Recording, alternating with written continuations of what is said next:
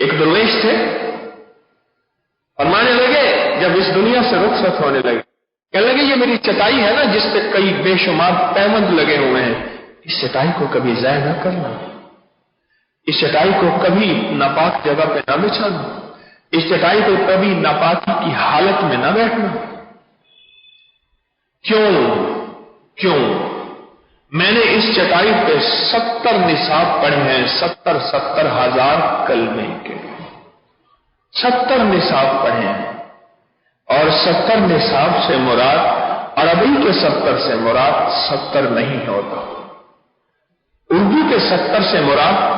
کیا ہوتا ہے؟ 70 ہوتا ہے، اور عربی کے 70 سے مراد 70 نہیں ہوتا، لامحدود اور بے شمار ہوتا ہے، بے شمار ہوتا ہے۔ اور میں کہ جب بھی تمہیں مشکل ہو، پریشانی ہو، اس چٹائی پہ بیٹھ کے نا کلمہ پڑھنا اور کہہ دینا کہ اے اللہ کلمہ تجھ سے ملا ہے اور کلمہ عرش سے پایا ہے، ہم تجھ سے تیرا اور تیرے کلمے کا واسطہ دیتے ہیں، ہمیں یہ دے دے، اور اللہ دے دے گا تمہیں۔ اور میں کہ ان کی نسلوں میں آج تک وہ چٹائی ہے، پھر نسلیں آگے بڑھی، چٹائی کے ٹکڑے ٹکڑے ہوئے اور تقسیم ہوئی، آج بھی وہ چٹائی اس کا ٹکڑا، اور میں نے وہ دیکھی ہے اس کا ٹکڑا، جب بھی کوئی بندہ وہاں بیٹھ کے کری، اب وہ اتنی بڑی نہیں رہی کہ اس کے اوپر بیٹھا جائے، نسلوں میں تقسیم ہوئی، اس کے ساتھ بیٹھ کے جو بندہ کلمہ پڑھے، وہ ایک اس میں فریم میں تھی۔ میں نے کہا ان سے میرا تعلق تھا، میں نے کہا سب کو دکھا دیں، مجھے تنہائی میں اس کا تالا نہ کھولیں،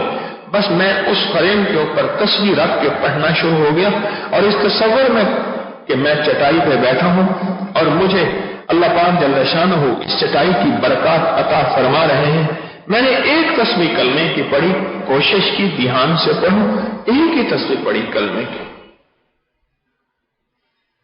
اور میں نے جو مراد مانگی